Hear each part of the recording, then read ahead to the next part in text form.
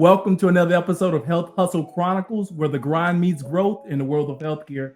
As you know, this ain't your typical podcast because I bring you some of the freshest, some of the livest guests from around the world, Craig. And today we have a very special guest who goes by the name of Dr. Jared Williams. Dr. Jared Williams, DBA, a proud native of Port Arthur, Texas, served as the Chief Executive Officer of Family Service Center, the Center for Mental Health and Wellbeing.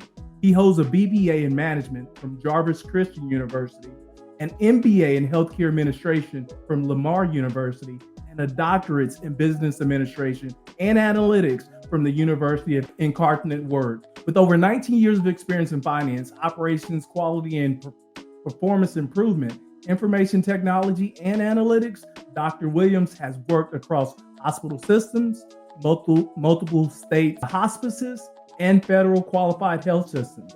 He also holds a certificate in Big Data Analytics 360 from Cornell University, Healthcare Leadership from Harvard University, and is certified nonprofit executive and development executive through the National Association of Nonprofit Organizations and Executives. Committed to the community service, Dr. Williams is a board member of Galveston Clubhouse and NIA Cultural Center and serves as a chair of the Faculty Employer Advisory Committee at Jarvis Christian University. Please put your hands together and let's welcome Dr. Williams to the stage. What's up, Doc? How's it going? It's Man, great to I be am here. awesome. Listen, it's a special day. It's beautiful outside. I'm looking, the birds are chirping. Yeah. You and I were above ground. I read your bio, and then I'm looking at you. I was like, man, look at this cat, man. This guy looks like, you and I, we can be related. We can be brothers and whatnot, And you've already been accomplished in so many things and making waves within the healthcare center. So when I was stalking your LinkedIn page, I was like, you know what? This is a guy that I definitely want to connect with. I definitely want to get his story told. I want others to not only hear your voice, but be inspired by, the change that you're making as well. So welcome to the show, Doc. Oh, thank you. Thank you for having me. It was great to meet you. We connected fairly fast. Listen, look, I'm a stalker, man. I got that military background, so I know how to sneak up on people, man, and use those skills. And so I was definitely using them, to make sure I connected with you. But all right, so Doc, listen, please introduce yourself. Let everybody vibe with you, understand who you are, your background, and what you bring to the table. All right. So, go by Dr. Williams, but, everybody calls me Jared. But here we have two people with the same name. So everybody, Dr. J, Dr. Williams, I'm kind of laid back. 37 from Port Arthur, of course, so people listen to music, what comes from that side of town. You got the Janis Joplins, the Steven Jackson, Stack Fives. We have rich history in that area, a lot of sports, music, you name it. So it's a unique experience going from that setting to a different setting in Houston and then transitioning to Galveston. But I've been in healthcare for a very, very long time and kind of accidentally got into it. So thought I was going to be an athlete, didn't work out. Thought I was going to be didn't work out. Thought I was going to be in operations, didn't work out. Just so happened I have old school parents that just made me stay in school. Man, there's so much you've already shared. There's a lot to go off. I mean, starting with Port Arthur, Texas, like you said, UGK, we got Chop and Screw. We got a little bit of everything. We got good soul food down there in Port Arthur, Texas. I mean, the vibe is real. It's Port Arthur, Texas, for people who've never been there. It's like the big little city. You know what I'm saying? Like the culture is rich. The people are tight. Those relationships are strong. And the impact and influence that they have over culture is priceless. Again, we're talking about UGK, one of the best groups that ever was, especially in the rap game. So this is, it's very cool to get to know that there's actually people that are on the show that are truly from Port Arthur, Texas. Like you're the first, man. You're definitely the first. Oh yeah, yeah. It's definitely different. It's what they rap about is what you see. Yes. So when you make it out, you're definitely blessed. But to stay there, you're definitely blessed as well because it's like you said, culture. Yes. And the way that people get to Port Arthur is also unique. My family migrated over for the oil boom, Spindletop. They call it the Golden Triangle because that's where the gushers, they gush the oil first in Texas. And Port Arthur is known for having some of the best ports for cruise ships, right? Because a A lot of cruise ships come there as well, correct? Cruise ships, get seafood, Army, Navy, you name it. I mean, you fishing, you can do it all there. So I got to ask because, for a time when I was in the military, I was stationed in Louisiana. Mm-hmm. And then that introduced me to crawfish. I didn't know anything about crawfish until I got into Louisiana. Uh-huh. Is that a thing, man? Is that something that you and your family get into or no? Some of my family get into it, but most of my family in Louisiana that still live there, they heavy into the crawfish and shrimp and all of that gumbo, 2 times removed. Okay. So I can't really speak the Creole and all that good stuff, but I can follow you though. I can follow you. You mentioned, in your introduction of yourself personally, that you're kind of like an old soul because of your parents. Like, are they older, like much older, and that's where the old soul come from, or they just have that old soul vibe? Oh no, they're much older. Like my family, so my parents were born in the 40s. Ooh, okay. So my mother was born in 49 and my father was born in 46. So nice. Then that tell you my grandparents were born in the 1919s and the 20s. Wow. So say old soul, I mean, you get up, you work, and you come back when the street lights come on. Yes.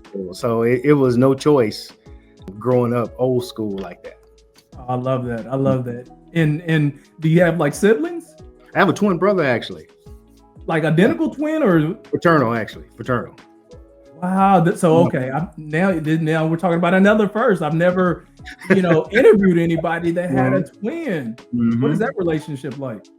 Me and my brother, we're close. Probably over the last 7 years is probably the only time we've been apart. We went to college together, pledged the same fraternity, pretty much played football, basketball. We were in the track club, powerlifting, did it all together. When he got married, he moved to North Carolina, Outer Banks. And he's been in Outer Banks, Omaha, Nebraska. That was my first time going to Omaha. Yes. And now he's in Fort Worth. Okay, so he's close by me. Yeah. His wife is at TCU getting a pharmacy license. Oh, okay. So I have to know. Everybody want to know who's the older brother, you or your other brother? He is 8 minutes. 8 minutes older than you. Uh-huh. So does he got like bragging rights? Did he pick on you, or like how did that work? Growing up, I was taller, but he was bigger. But he didn't realize he was stronger probably until we were probably like 12. Okay. And that's when he realized that he just had the natural strength. Okay. Yeah. Hey, it's hard to compete with strength. When somebody got strength, you're like, you win, dude. It's all you, man. In this lifestyle, you got it, man. So all right. So we learned a little bit about you personally. What about professionally? I mean, because here you are, we're reading your bio. You not only got your bachelor's degree, you ended up getting your master's degree. And then you said, well, hold on, let me continue to advance. And you got your doctor's degree, and it was in business administration and analytics. So introduce yourself professionally. So professionally, it was a rocky road. I'm old, but I'm young. Okay. When I graduated college, it took me 4 years, but that was around the time of the big crash. It was 2009. There was not a lot of jobs out there. Okay. I thought I was going to do X because I had 2 or 3 years at Seton Medical Center in Austin. I didn't get picked up there. My father just passed, so me and my brother moved back to Port Arthur to kind of help my mom out, kind of transition after being married for 40 years. And that's when I decided to get a master's degree. Because back then at Lamar, you can $1,500 to get you a semester, master's before a football team. So it was a no-brainer. Okay. I couldn't get a healthcare job. That's a little known fact. So the job I only could get at the time was just an analyst job with the school district. So I would go to work for the school district. Then at nighttime, I would go to school. And my mom said, there has to be a way. And this is before submitting your resume via LinkedIn and all of that. Right. So one day I get up and I make copies of my resume and I drive to Houston and I stop by every hospital, every clinic that I see and drop my resume off. I don't get a call back. Next option, I start volunteering at Methodist. So I'm working full time, I'm in a master's program, and I'm volunteering at a major hospital at the same time. Okay. Don't know how I even did it. 2 or 3 days I'm driving to Houston and they're like, where you want put me into business, whatever. I don't care. I'll learn whatever you teach me. And they ended up hiring me. After I graduated, they hired me, and that's when it all started. And it went fast. What started? The healthcare. Okay, that's what started. Yeah. So for clarification, at this point, were you driving from Port Arthur to Houston, or were you driving from Austin to Houston? I was driving from Port Arthur to Houston. How far of a drive is that? It's about an hour and a half, depending on if you hit traffic or not. And you were doing that 2 or 3 times a week? 2 or 3 times a week, just to make sure that they saw who I was and they knew I was deserving to have that job. I mean, I guess why? Like, I mean, okay, I understand, like, okay, the hustle, you wanted to accomplish something, but why healthcare? Like, you could have done anything. Well, when I worked at Seton, it was something different. You know, people didn't tell us when I was in college, even when I was in college, they didn't tell us that there was this side of healthcare. It was always doctor, nurse, maybe a little bit of IT, but no one ever talked about accounting. They didn't talk about operations. And at that time, they sure didn't talk about actually having men in healthcare being on the administrative side. So it was taboo and it was different. So whenever I found out that it was a need and I was good at it, I stuck with it. Interesting. Mm-hmm. So on this journey, here it is. You said it's not like today is where you can do the easy apply. Back then, you were going literally organization to organization, just dropping off your resume. And that somebody would, you know what, pick up the phone and just call Jared. You know, you give me an opportunity, right? You was doing this.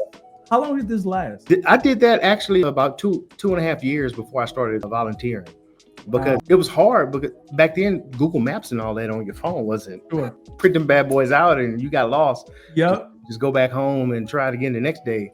So it going there, you had to be dressed because you didn't know if they were going to interview you on the spot. Sure. And just playing the waiting game, hoping they call you. And after so long, it's just, okay, let's try. Houston is a big place. There's medical center is huge. There's several different types of nonprofits.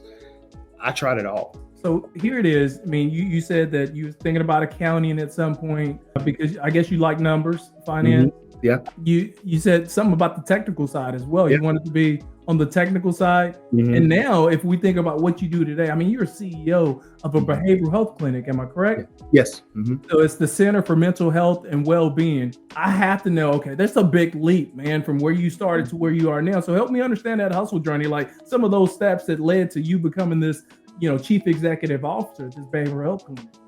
Oh yeah. So that first step with that internship at Seton, it was IT. I thought that was something I wanted to do because mostly men going out. Then I found out you stand up for all day. Right. I show up. I had on the slacks, the shirt and tie. I had on the square toes. Yes. And they laughed at me. And they were like, "Man, you gonna die today. You wear tennis shoes in this field." Wow. So I was like, "Okay, yeah, this is not for me." The next year I go back, they just start bouncing me around. I started asking questions. Okay, let's try operations. I get in operations. Okay, I like that. Next year, okay, let's do a little bit of accounting. I get into accounting, like, interesting. So then when I started volunteering at Methodist, I was like, hey, I got operations, I got accounting experience. And the lady that hired me, she said, well, what about, have you ever done anything that gets to that level? I'm like, well, what do you mean? She said, well, have you done billing? Have you done front desk? Have you been in the system? I was like, no. Yeah. So, well, why don't you start volunteering there? Okay. Like, okay, I don't know what that means, but I started volunteering there, and then I started learning the revenue cycle process. Then I started learning how the money cycles through and how long it takes to cycle through the insurance verification. And I started asking questions. And then next thing I know, I started asking, what's next? And she's like, well, get visible. And I started, okay, how do I get visible? Well, I started playing intramural sports with the executives. Ooh. Notice, I'm playing flag football with them. I'm going to the gyms they're going to because I want them to see who I am. And then it gets to the point where I'm serving on a nonprofit board within 2 years at Methodist. And I'm up for running for a job, an administrator job, and they hire a teacher with no experience. And I sit there like, all this work. For what? For what? Right. So the next week I'm sitting there and I'm just like, all this work for what? And I just got off the board because I moved fully to Houston. And as soon as I got off the board in Port Arthur, they called me and said the whole C-suite left, come be the CFO. Oh, okay. And that's when it really jump started. I was thrown in the fire.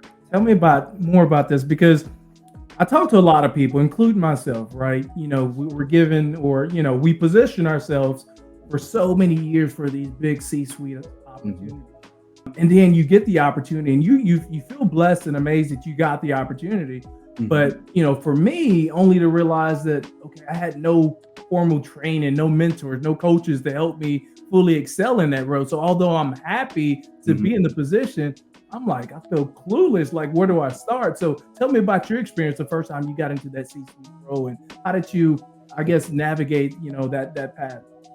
So I'm what, 25, 26 years old? Yeah. Young. First question I ask myself is, are these old people going to listen to me? Yeah. And I so like it.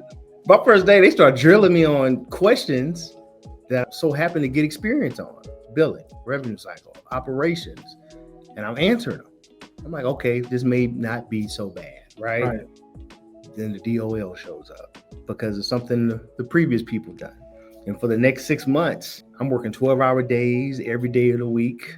It's a blur. And I'm thinking in my head, is this what life is? Right. This is what life is? Like, this is what a CFO's life is. And that process goes as a CFO in nonprofits and FQACs particularly for about a year and a half. Then I move into the hospice realm, where the owner he had a restaurant. I was able to dib and dab in restaurants, gyms, hospices, home health, vitamin companies.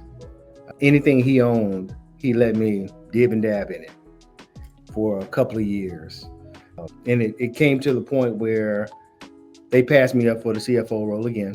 Okay. For a lady who just had connections. Okay. So I'm sitting there again. What now? She recommends me then, my boss, to go to a clinic where she's the board president in Richmond. I go there. I don't want to be the CFO anymore. I'm like, you know what? Just give me a job. Right. Good pay. I'm happy. They give me a job, great pay. I'm happy. Then they give me the CFO role. And I do that for 6 years. Whoa. 6 years. And I say, okay, I'm ready to be a CEO because I'm doing CEO duties at this point, but I can't get a CEO job. Okay. So I pull someone aside and say, okay, what's the problem? I have the certs, I have the experience, I've done this, I've done that. Why do I keep getting passed up? And it's like, these guys have doctorate degrees. So I'm like, that's it? I'm gonna go get a doctorate degree now. And so how long after you got that doctorate degree did your CEO opportunity open up for you? So I have a conversation with my boss in Richmond. It was 2019. Okay. He said, if you can get in, we'll pay for it. Okay. I enroll, I drive to San Antonio, hand them my resume, interview with UIW. They accept me. I tell them they accepted me. They pay for it, the company. 2022, I graduate. So through COVID, I'm getting a doctorate and swabbing noses and being the CFO. Right. So May 2022, I graduate. November 2022, I get the CEO role here. July, August, September, October, November. So 6 months later. 6 months later. Wow. Okay. This is a lot. I mean, there's a lot. Well, first, let's go all the way back. I mean, your hustle journey is strong. I mean, you went from Austin to Houston to Port Arthur, back to Austin, back to Port Arthur. Now we're talking about outside of San Antonio. We threw in Richmond in there. I mean, all this just because you were chasing some dreams. And what I got from this is that your ability to continue to reinvest in yourself, to put back into yourself, to make connections, to network, to be in the rooms where other people who influenced you, who you inspired to be like, you position yourself to be in those rooms as well. And all this ended up working out, even though you ended up getting passed over multiple times for roles that you felt like you were qualified for. And then other people came in and, you know, took over those roles.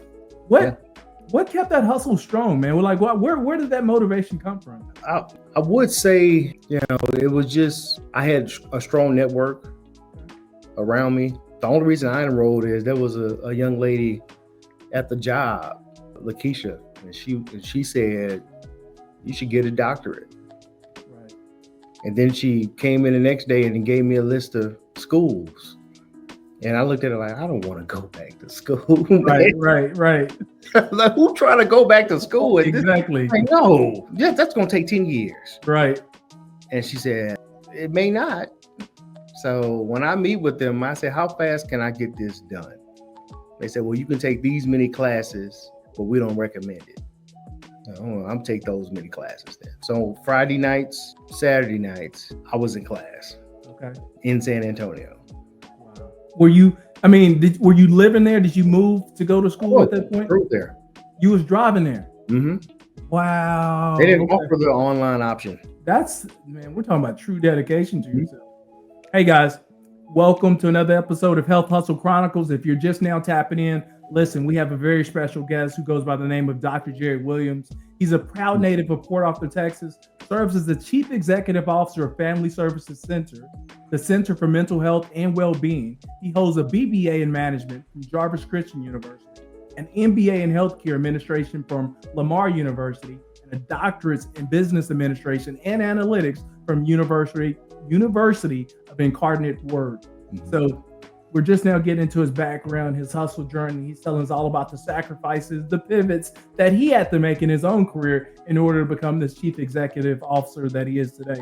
So, Doc, I would love to know, what exactly do you do today? As the CEO of a behavioral health clinic, shed some light on that.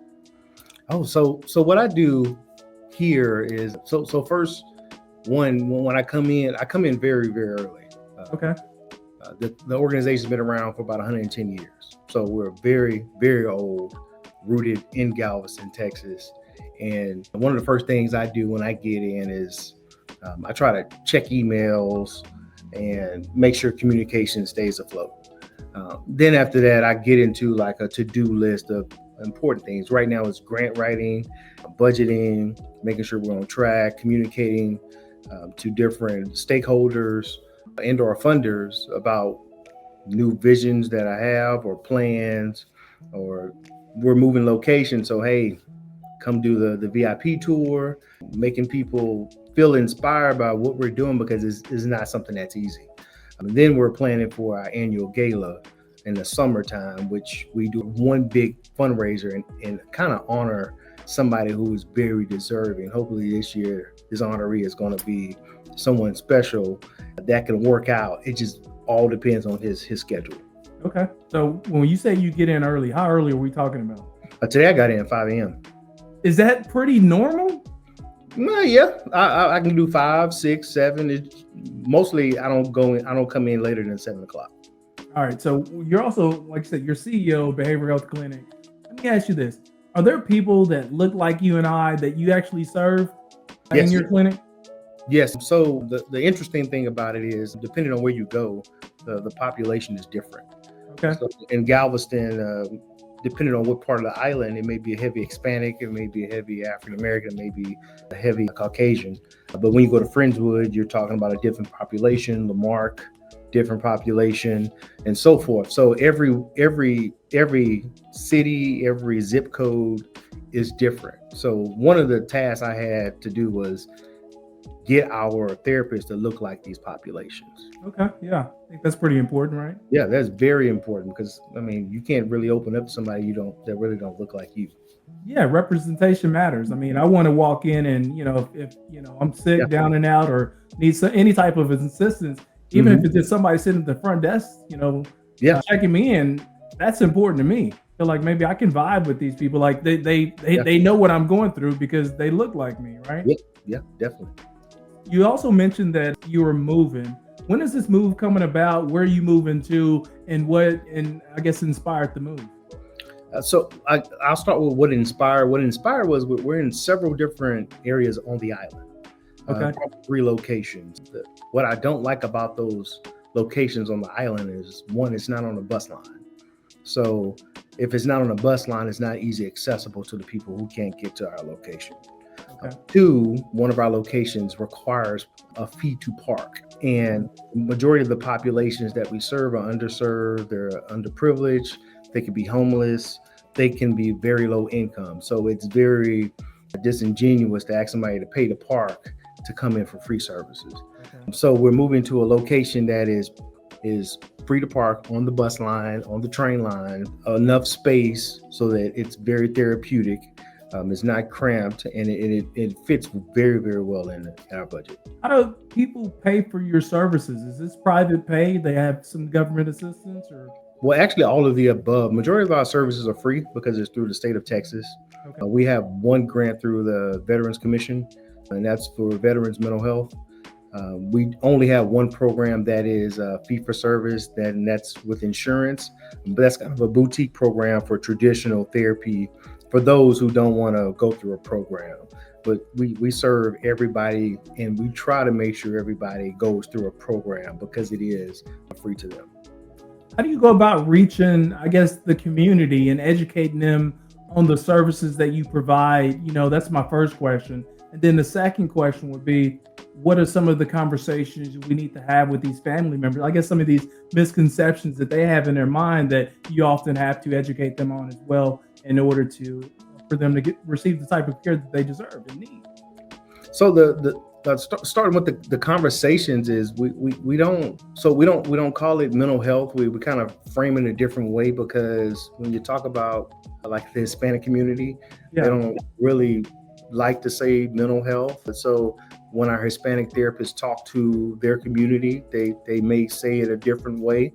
When we talk to our community, we may say it a different way.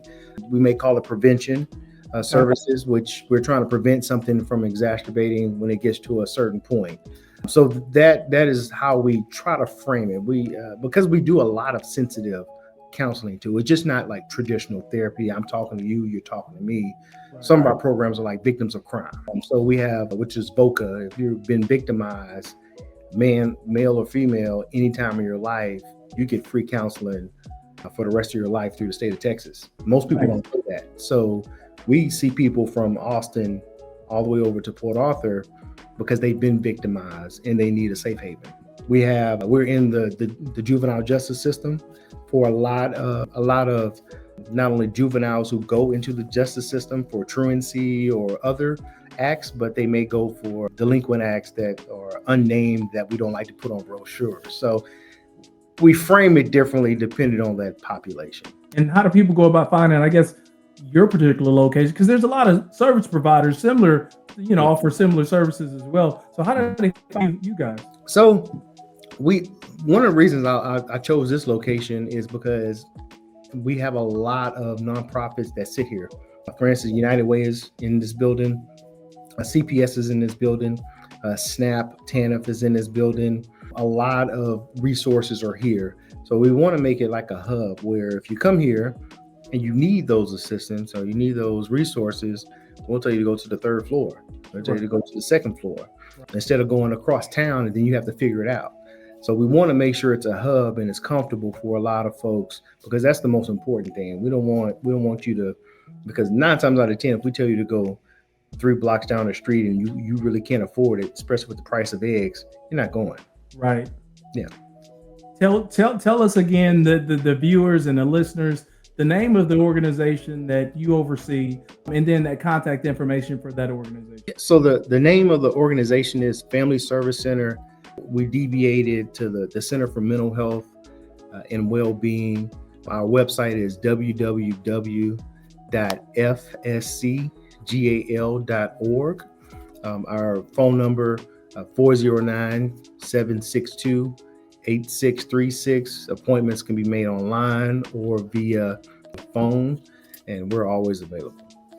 And a follow-up question before we pivot: if someone truly needed these services, do they normally hit you up online? Do they call you, or do they walk in? How does that process work? All of the above, actually. We could be at an event and somebody see like a VOCA brochure and they'll say, hey, I need this service. Or they may call, or it may be a referral. On Tuesdays, we go to CPS court. So when we go to CPS court, the judge says, hey, you can't leave until you book an appointment with this organization. So we have a fatherhood program. You can't do certain things unless you go through the fatherhood program. So it's a lot of referrals and word of mouth. Got it. So now I'm interested in knowing, as we pivot, I want you to think all the way back to this 8-9-year-old version of yourself. You're laying in your bed, you're looking up at the ceiling. Mm-hmm. What did that person wanted to be when you grew up? Oh, at 8 or 9 years old, man, I wanted to be either a doctor or an athlete very bad. Okay. And you mentioned you did, well, let's go. What type of a doctor did you think you wanted to be? I actually wanted to be a sports medicine doctor. Okay. And then you said you played, you was in athletics. So what sport did you play? I played football, played basketball. I ran track and I did powerlifting, but I loved football more than anything. I played basketball, but my dad hated it. And I see why, because I hurt my ankle horsing around in the gym. Yeah. And I couldn't run track, and he was furious. He's like, that's why you don't play back. Exactly. I told you. I tried to told you. That's hilarious on that one. Because that's something I would have said as a parent too. Really. He's like, I told you. Goodness. I came in limping, and back then, you could. What made it worse was it wasn't just that I heard it. It was that I heard it, and you know how it swells up. Right. Before the game, they would stick it in an ice bucket, numb it up, tape it, play until it hurt, stick it back in the ice bucket, numb it, tape it, you play until it hurt, stick it back in the ice bucket. Like, it was no such thing as, let's rest them back then. No concussion proof helmets. You just do whatever you wanted to. Interesting. So, but you never took that collegiate. You never played at the collegiate level. Is that what I'm picking up? No, I never played on the collegiate. I got an academic scholarship. Oh, nice. I went to Jarvis because it was free, and he said that's where you're going. Okay. When they offered, he's like, "You're going here." That's where you're going. Listen, $3.99. Let's get it. I love that. So, there's a lot of pivots already. Just listening to your story, you've had to face and overcome a lot of different setbacks and challenges. So already the story is extremely inspiring. You also shared that you're getting in sometimes at 5 a.m. to get the work done with the outcome of impacting, your community and patients that come through your door. Mm-hmm. And there's a lot going on. So I'm interested in knowing, how do you go about separating your personal life from your professional life? It's tough because majority of your job is people, right? I want to say about 80 to 90% of my job is people. It's employees, it's the community, it's networking, it's people. Yes. So the separation is very tough. The only way I can separate is I have to leave the area. Gotcha. And even when I leave the area, my wife, she still makes me either like do not disturb it or turns it off. Yeah. But she understands. She's a psychology professor. So she's in mental health, and she understands that, there's always a need. I love this. You got a healthcare family, and you got a support system that's built in at home, which is great because we need that, right? Yeah. And then she holds you accountable to make sure you unplug because she's thinking about your health and well-being as well, which is so important. Especially if an executive of a behavioral health clinic that helps so many different people across the state of Texas. So I'm interested in knowing, shed some light. You're a Black chief executive officer. What are some of the challenges that you face in that role? And I guess how would people go about overcoming those challenges?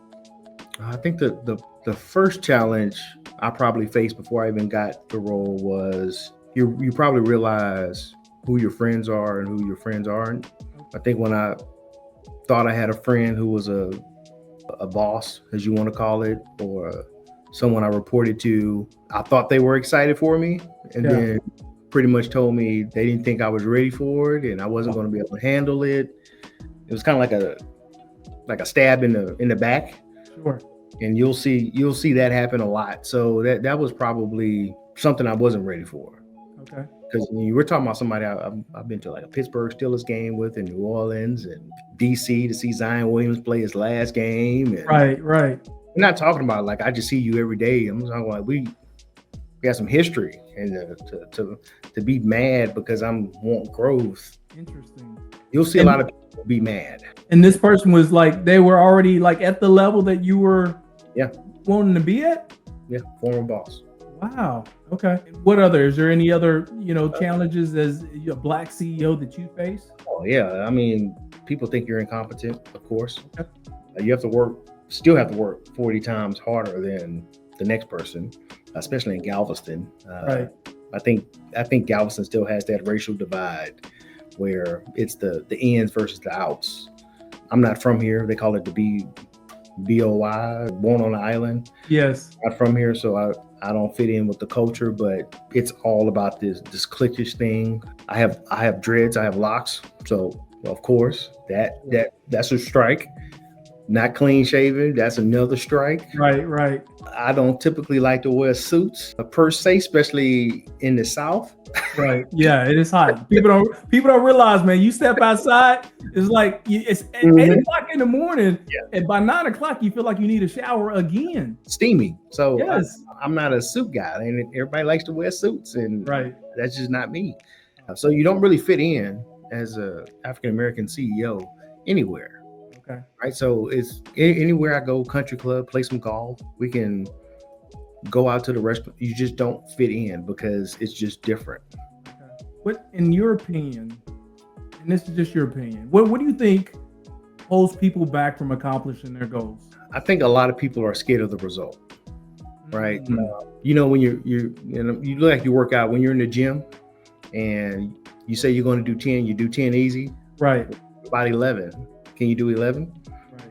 What about 12? Can you do 12 and not die? Right. 13, 14, can you keep going? And it seems like people get to 10 and they like, okay, I got to 10. Let me do another 10.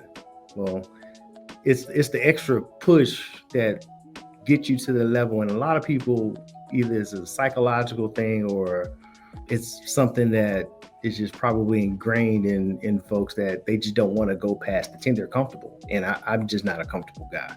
I love this. You put it into perspective too, just using bodybuilding and weightlifting as, one of those types of, insight. But now we're going to 10. That was the goal, to get to 10. But now are we pushing ourselves? Are we getting past that comfort zone, going past 10 to get to 11 and 12 and 13? And that's where that growth comes, right? Is what I'm understanding. Yes. And that's what holds people back. They're the fear of accomplishing something. Yeah. That's interesting. Yeah. It's so powerful and dope too, because a lot of the times we think we're not getting started because we're fearful of just this, that, or the other. But what your perspective is that we're afraid of success. Yeah. Because once you tear those muscles, they're going to get bigger. They're only going to get bigger. Love it's that. A little pain for a little. You won't be able to raise your arms up. You won't be able to sit down for a little while. Once it repairs, you'll be a better person. But nobody wants to go through that pain. Tell me this, Doc. When it's all said and done, what's the impact that you're trying to make? Well, I think one of the biggest impact that I'm trying to make is I'm trying to encourage a lot of folks. So we do a lot of internships here now where we're ingrained into a lot of one of the minority schools and use a lot of minorities to get them interested in what we do. That's why I participate with Jarvis in connecting them to like the PricewaterhouseCoopers, the Ernest Youngs. Like there's opportunities for you. You just need to go get it. Here in Galveston, we partner with the local college and we make them hustle. You want to do IT? We're going to show you what IT is. It's not sitting behind a computer. We're going to put you in the ceiling. We're going to throw some 2x4s at you. Build this. Get that server. We want them to have practical experience so nobody will ever tell them you are not qualified. You can't do this. What advice would you give other people, other professionals interested in either like joining the hustle or learning from your hustle? Always be inquisitive. I didn't go to school for accounting. But I kept asking questions. If I had to sit there all day and figure it out, I'll sit there all day and figure it out. Don't be embarrassed if you don't know the answer. A lot of people they don't say anything because they feel like they're embarrassed or they feel like it's something that will diminish them. You have to ask those questions. My mom will tell me, your favorite question as a child was why? Right. Like she'll give me the answer and I'll say why. And she'll answer and I'll say why. Right. She'll keep answering it until she's tired of answering. You got to keep asking why. I love that too. that too. So you're still a young guy. Mhm. You're CEO of Behavioral Health Clinic. You're still investing into yourself. Talk to me. We're talking about the next, 10 years. Where do you see yourself at this point? Next 10 years. Next 10 years, what I really want to do is I have two options. One, I want to turn this into a larger organization, because in 110 years, I feel like the reach should be a little deeper and it should be a little wider. Okay. And we're getting there, and probably move on to something probably back into the hospital system. Okay. Which, how my track record has been, I'll still be in nonprofits. Right. Not get out of nonprofits. That's your calling, man. Nonprofits. Yeah. I cannot get out. Hey, maybe that's where you're supposed to be, but I can see other things in your future as well. Maybe even speaking, probably even around the world. Speaking of that, have you authored any books or anything like that? I have not. Okay. All right. Is that on your bucket list? Actually, I've never thought about authoring a book. I know my wife and I, we do a lot of presentations together. Okay. We do a lot of mental health presentations. So I have to ask you this question too. Mm-hmm. You're already busy. You and your wife both, y'all committed to the hustle. You're committed to impacting and, affecting so many people, especially in your state. And, we talked about how you're trying to unplug when you're not at work. But I'm interested in knowing that outside of work, right, is there passion projects that maybe you dibble and dabble into that you can shed some light on? Oh man, I love the garden, right? And when I say garden, I mean like grow vegetables. Like when I say I have an old school family, like I have a great Aunt Ida. Whenever she wanted bell peppers, okra, all of that, sugar cane, she would just go to a backyard. Yes. Grab it and eat it. So one of the things I love to do is I love to grow my own food. Watermelon, okra, eggplant, peppers, you name it, I grow it. So you have a greenhouse, or is this just a little space in your backyard? A huge space in the backyard where it just died from the freeze, and I'm getting to plant it again. But I love to do it because it's fresher, it lasts longer, and it just relaxes me. Not only is that a learned skill, but it's also an escape for you where you get to, I guess, just enjoy being at peace with you and your plants, man, you and your garden. I love that too. All right, Doc. I have to ask, how do people get a hold of you? Please drop your socials, your points of contact, so people can connect with you, not only network with you, but maybe even come and work for you. Yeah. So my LinkedIn, J.M. Williams. If you look at that LinkedIn page, that's the best way to get a hold of me. I'm on LinkedIn more than I am on any other social media. Okay. Treat LinkedIn like it's Facebook. Right. I'm Googling on LinkedIn. I'm looking people up. I'm looking at grants. I'm always on LinkedIn. So you can always find me on LinkedIn. If you want to email me, it's jwilliams@fscgal.org. I always respond to my email. If you don't hear from me, it's because I'm out of the country. I'm probably traveling to Ghana, which is probably my favorite place to go now. Okay. So those are the two main ways to reach me. Hey guys, welcome to another episode of Hustle Chronicles, where the grind meets growth in the world of healthcare. As you know, this ain't your typical podcast because I bring you the freshest, the livest guests from around the world. And today we were blessed by having Dr. Jared Williams. DBA. He's a proud native of Port Arthur, Texas, serves as the Chief Executive Officer of Family Service Center, the Center for Mental Health and Wellbeing, holds a BBA in Management from Jarvis Christian University, an MBA in Healthcare Administration from Lamar University, and a doctorate in Business Administration and Analytics from University of Incarnate Word. With over 19 years of experience in finance, operations, quality, and performance improvement, information technology, as well as analytics, Dr. Williams has worked across hospital systems, multiple state hospices, and federally qualified health systems.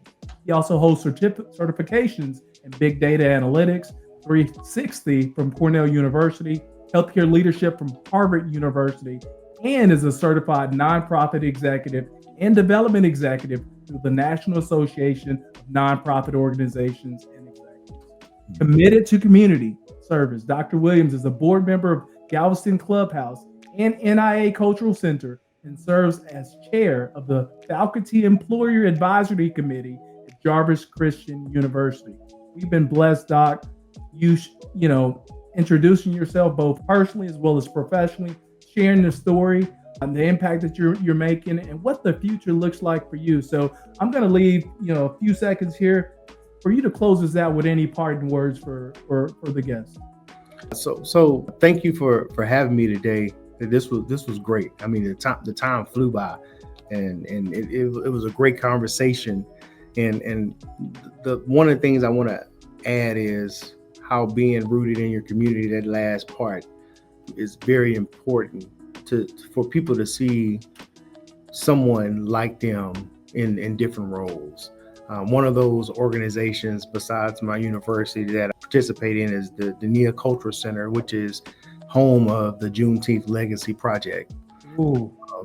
And if you have a chance, look them up. And if you're in Galveston, come to the Juneteenth Gallery and you will see the history there, because they're set up right across from the slave auction docks on purpose. Wow. So it's powerful. You get to, and that's all a part of being not only just in this role, is being a leader. You want to root yourself in the community to learn more about the community. Doc, thank you for continuing to inspire us, educate us, uplift us, and create opportunities for us. I truly appreciate what you bring to the table. I really enjoyed this episode. I can't wait to get this out for the rest of the world. And my advice to you, keep grinding, keep hustling, and I look forward to continuing to collaborate with you, especially when I'm down in your city. Oh yeah. Thank you. I appreciate it. All right, Doc. Excellent. Hustle on.